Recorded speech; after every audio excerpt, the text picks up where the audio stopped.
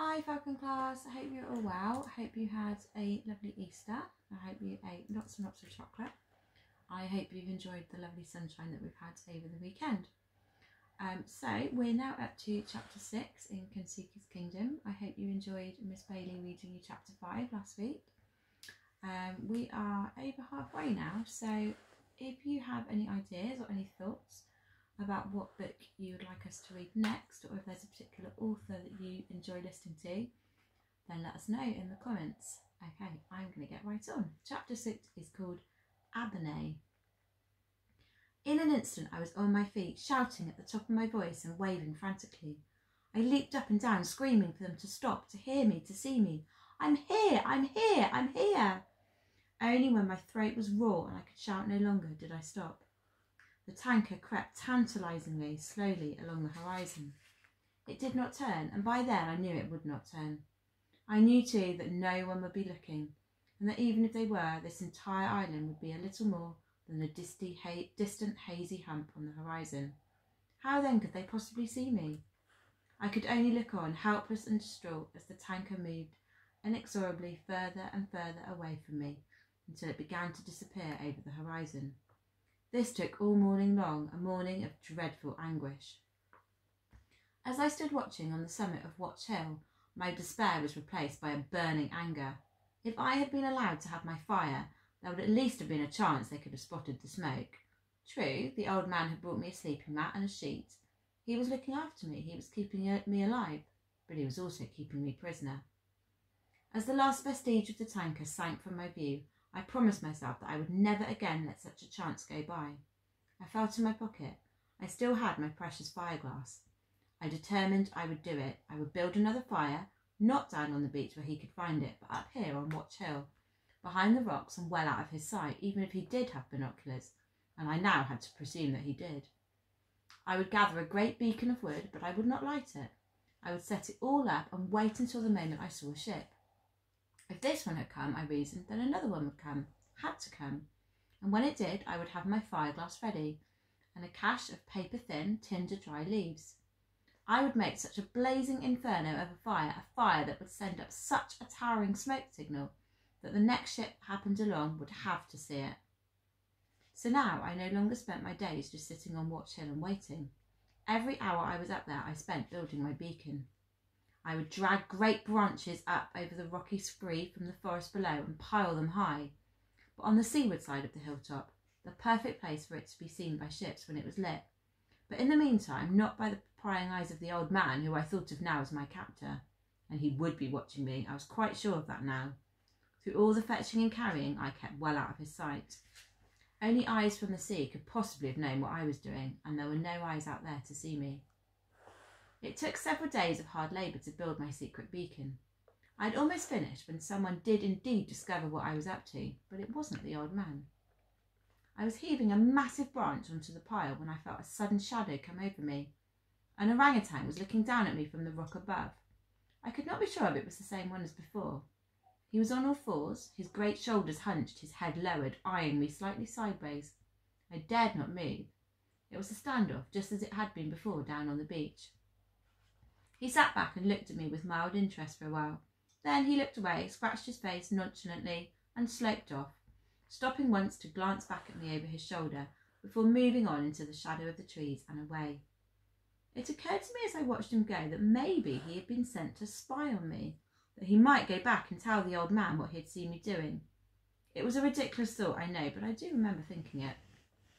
A storm broke over the island that night. Such a fearsome storm, such a thunderous crashing of lightning overhead, such a din of rain and wind that sleep was quite impossible. Great waves roared in from the ocean, pounding the beach and shaking the ground beneath me. I spread out my sleeping mat at the very back of the cave. Stella lay down beside me and huddled close. How I welcomed that. It was fully 4 days before the storm blew itself out, but even during the worst of it, I would find my fish and fruit breakfast waiting for me every morning under my tin, which he now wedged tight in under the same shelf of rock. Stella and I kept to the shelter of our cave. All we could do was watch as the rain came lashing down outside. I looked on awestruck as the power of the vast waves rolling in from the open sea, curling, tumbling and exploding as they broke onto the beach, as if they were trying to batter the island into pieces and then suck us all out to sea. I thought often of my mother and father and the Peggy Sue and wondered where they were. I just hoped the typhoon, for that's what it was I was witnessing, had passed them by. Then, one morning, as suddenly the storm had begun, it stopped. The sun blazed down from a clear blue sky, and the forest symphony started up where it had left off. I ventured out. The whole island steamed and dripped. I went at once up Watch Hill to see if I could see a ship, perhaps blown off course, or maybe sheltering in the lee of the island. There was nothing there. That was a disappointment, but at least I found my beacon had not collapsed. It was sodden, of course, but still intact. Everything was sodden. There could be no fire now till it had all dried out. The air was hot and heavy all day. It was difficult to move at all, difficult to breathe. Stella could only lie and pant. The only place to cool off was the sea, so I spent most of that day lolling lazily in the water, throwing the occasional stick for Stella to keep her happy. I was lying in the sea, just floating there and daydreaming, when I heard the old man's voice. He was hurrying down the beach, yelling at us as he came and waving his stick wildly in the air. "Yamero, a bene, dangerous, understand? No swim." He did not seem to be angry with me as he had been before, but he was clearly upset about something. I looked around me.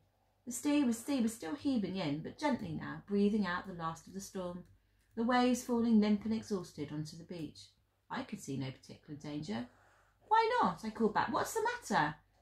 He had dropped a stick on the beach and was wading out through the surf towards me. "No swim! Domede, abone, no swim!"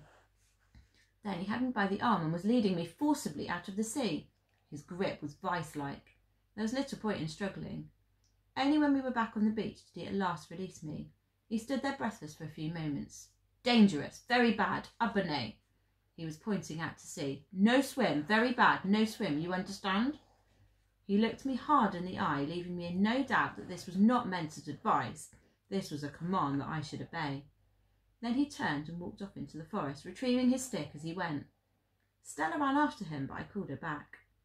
I felt at that moment like defying him openly. I would charge back into the sea and frolic as noisily and as provocatively as I could. That would show him. I was bristling at the outrageous unfairness of it all. First he would not let me light my fire, then I was banished to one end of the island, and now I wasn't even allowed to swim. I wanted to call him every name I could think of, but I didn't. I didn't go swimming in the sea again either. I capitulated. I gave in because I had to. I needed his food, his water. Until my secret beacon of wood dried out and until the next ship came by, I would have to do what he said. I had no choice. I did make a man-sized sculpture of him lying in the sand outside my cave, and I did jump up and down on him in my fury and frustration. It made me feel a little better, but not much. Until now, except for occasional gut-wrenching pangs of homesickness and loneliness, I had by and large managed to keep my spirits up, but not anymore. My beacon stayed obstinately damp. Every day I went up Watch Hill hoping to sight a ship, and every day the sea stretched away on all sides, empty. I felt more and more isolated, more and more wretched. In the end, I decided not to go up onto Watch Hill anymore. It was just not worth it. Instead, I stayed in my cave and curled up on my sleeping mat for long hours during the day. I lay there drowning in my misery, thinking of nothing but the hopelessness of it all, how I would never get off this island, how I would die here, and my mother and father would never even know what had happened to me. No one would, except the old man, the madman, my captor, my persecutor. The weather stayed heavy and humid. How I longed to plunge in the ocean, but I dared not. He'd be waiting for me for sure. With every day that passed, in spite of the fish and fruit and water he continued to bring me, I came to hate the old man more and more. Dejected and depressed I may have been, but I was angry too, and gradually this anger fueled in me a new determination to escape, and this determination revived my spirits. Once again I went up on my daily trek up Watch Hill. I began to collect a fresh cashier of dry leaves and twigs from the forest edge and squirreled them away in a deep cleft in the rock, so that I would always be sure they would dry when the time came. My beacon had dried out at last. I built it up, higher and higher.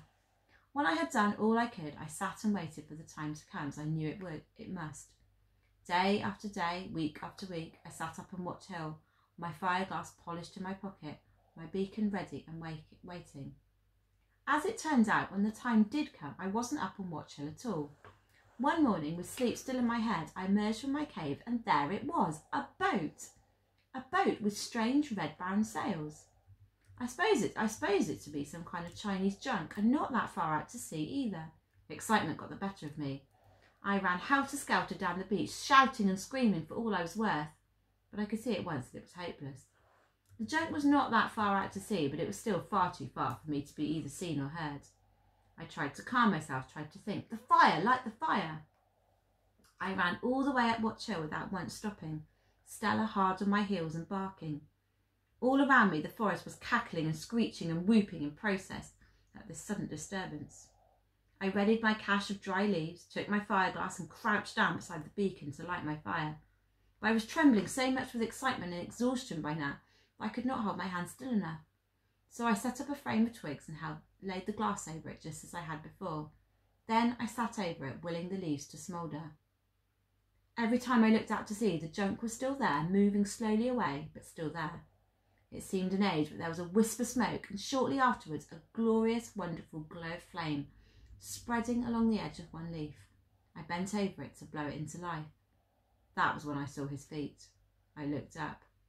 The old man was standing over me, his eyes full of rage and hurt.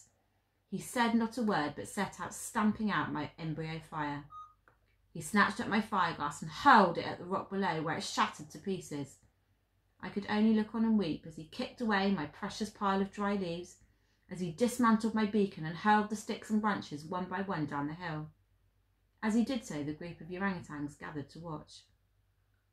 Soon, nothing whatsoever now remained of my beacon. All about me now the rocky scree was littered with the scattered ruins of it.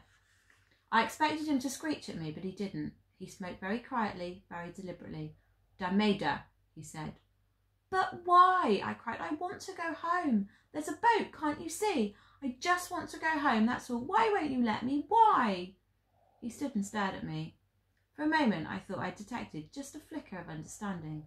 Then he bowed very stiffly from the waist and said, Gomenase, sorry, very sorry." And with that he left me there and went off back into the forest, followed by the orangutans. I sat there watching the junk until it was nothing but a spot on the horizon, till I could not bear to watch any more. By this time I had already decided how I could best defy him. I was so enraged that consequences didn't matter to me now, not any more. With Stella beside me, I headed along the beach, stopped at the boundary line in the sand, and then, very deliberately, I stepped over it. As I did so, I let him know precisely what I was doing. "Are you watching, old man?" I shouted. "Look, I've crossed over your silly line, and now I'm going to swim. I don't care what you say. I don't care if you don't feed me. You hear me, old man?" Then I turned and charged down the beach into the sea. I swam furiously until I was completely exhausted and a long way from the shore. I trod water and thrashed the sea in my fury, making it boil and froth all around me. "It's my sea as much as yours," I cried, "and I'll swim in it when I like." I saw him then. He appeared suddenly at the edge of the forest. He was shouting something at me, waving his stick. That was the moment I felt it. A searing, stinging pain at the back of my neck, and then my back and my arms too. A large, translucent white jellyfish was floating right beside me, its tentacles groping at me. I tried to swim away, but it came after me, hunting me. I was stung again, in my foot this time. The agony was immediate and excruciating. It permeated my entire body like one continuous electric shock. I felt my muscles going rigid. I kicked for the shore, but I could not do it. My legs seemed paralysed, my arms too. I was sinking, and there was nothing I could do about it. I saw the jellyfish poised for the kill above me now. I screamed, and my mouth filled with water. I was choking. I was going to die. I was going to drown, but I did not care. I just wanted the pain to stop. Death, I knew, would stop it. And that's the end of chapter 6. You'll have to wait until Miss Bailey reads chapter 7 of you, and chapter 7 to you, then you'll find out what was going on. Bye bye then, Falcon. See you soon.